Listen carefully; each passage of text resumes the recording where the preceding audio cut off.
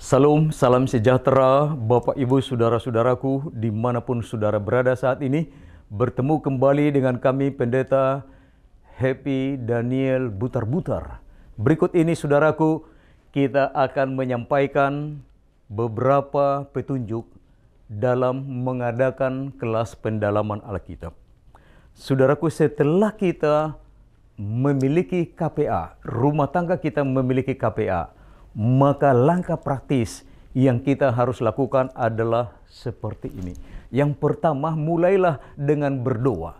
Jangan lupa saudaraku, untuk melakukan pekerjaan ini sangat kita butuhkan doa. Doa adalah kuasa bagi umat Tuhan untuk memberitakan firman Tuhan. Tanpa berdoa tidak ada kuasa. Tidak ada berdoa, tidak ada kuasa. Sedikit berdoa akan sedikit kuasa yang kita miliki. Yang kedua adalah berikan pendahuluan atau tinjauan hal-hal yang penting. Jadi boleh kita sampaikan pendahuluan atau ringkasan pelajaran yang kita mau sampaikan poin-poinnya. Contohnya kita akan belajar mengenai penciptaan. Kapan itu penciptaan? Siapa yang menciptakan? Apa yang pertama Tuhan ciptakan dan lain sebagainya. Ya, seperti itu. Kemudian kita boleh ajukan pertanyaan, membuka wawasan pemikiran. Contohnya mengenai penciptaan. Apakah saudara sudah pernah membaca Kejadian pasal 1 dan juga Kejadian pasal 2 tentang penciptaan? Lalu kemudian hargai setiap jawaban yang baik. Jangan mempersalahkan, jangan mengecilkan jawaban orang atau anggota yang kita sedang sampaikan pelajaran firman Tuhan. Lalu kemudian setelah membaca jawaban mereka, tanyakan apakah yang lain ada jawaban yang berbeda atau ada pendapat yang lain. Mungkin 1-2 orang kita atau 3 orang lagi belajar Alkitab, boleh ada pendapat atau pengertian pemahaman dari teman kita yang lain, supaya semua terlibat. Jangan hanya 1 orang yang membaca Alkitab itu dan memberikan pendapatnya. Kemudian selalu mendengar dan mengajukan pertanyaan. Setelah kita dengarkan jawaban mereka, kemudian kita ajukan pertanyaan untuk memperdalam, untuk lebih spesifik kepada hal yang kita mau sampaikan. Kemudian berikan komentar singkat dan relevan selama diskusi. Jangan panjang-panjang, membosankan. Tapi berikan penjelasan komentar yang singkat. Apalagi ketika saudara berhadapan dengan orang-orang muda.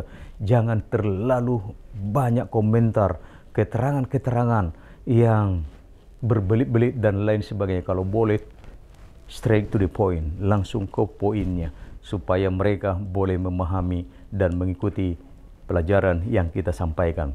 Kemudian tetap pada topik. Jangan melebar kemana-mana. Kalau dia misalnya menjelaskan mengenai ini, saudara harus kembali kepada topik yang semula. Pelajaran apa yang kita sedang sampaikan. Kemudian jangan perkenalkan ide kepada pengajar Alkitab yang tidak memiliki latar belakang yang cukup. Jangan terlalu tinggi penjelasan kita. Misalnya kita gunakan ini bahasa aslinya, bahasa Gerika ini katakan, bahasa Yunani ini katakan, sehingga orang yang mendengar itu akan kebingungan. Jadi tidak perlu kita gunakan penjelasan-penjelasan yang sangat luar biasa menurut kita, tapi tidak bisa diterima oleh orang yang kita sedang ajar. Kemudian jika pertanyaan berhubungan dengan masa yang akan datang atau pelajaran yang bertentangan, bisa dijawab kemudian. Jangan langsung kita jawab semua pertanyaan ini sehingga kita bingung ke arah mana kita mau lanjutkan pelajaran yang sedang kita sampaikan tersebut. Nah, ada beberapa hal yang perlu kita perhatikan pada waktu kita datang melawat berkunjung kepada mereka. Perlu kita memahami waktu kita dekat dengan pintu rumah mereka.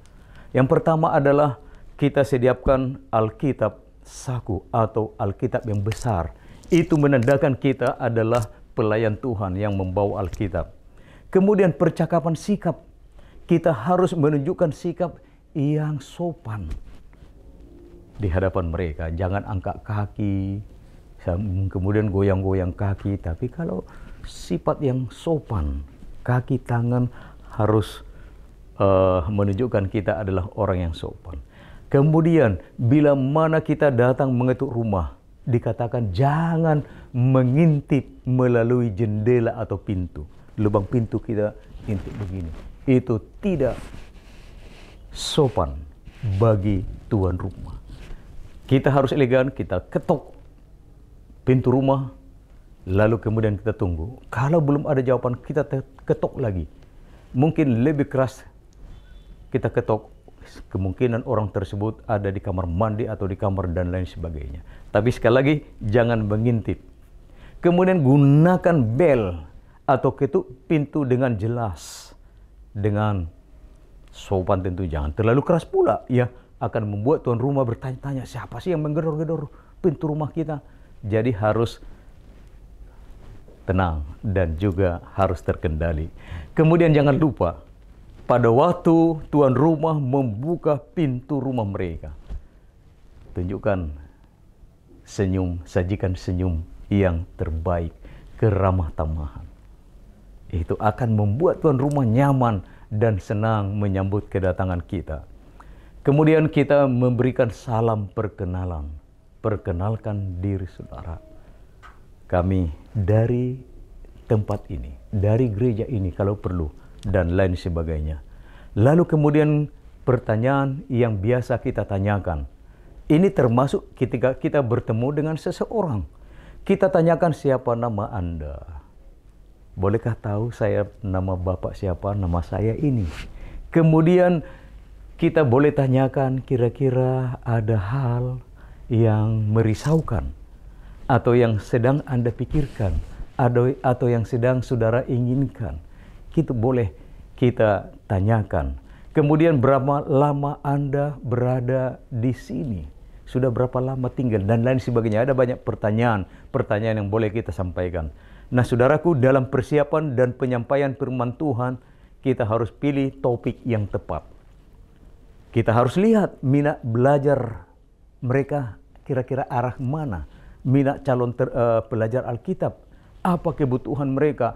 Pengetahuan mereka ini firman Tuhan cukup dalam atau hanya sekedar tahu. Kemudian kita tanyakan juga pengetahuan mereka tentang kepercayaan Advent. Sudah pernah dengar gereja Advent belum? Kemudian latar belakang agama mereka. Saudara-saudaraku, kita harus doakan agar pelajaran Alkitab yang kita sampaikan berjalan dengan baik. Dan jangan lupa, kita memerlukan kuasa Roh Kudus. Dan saudaraku, kita perlu sampaikan pelajaran ini secara spesifik, secara sederhana.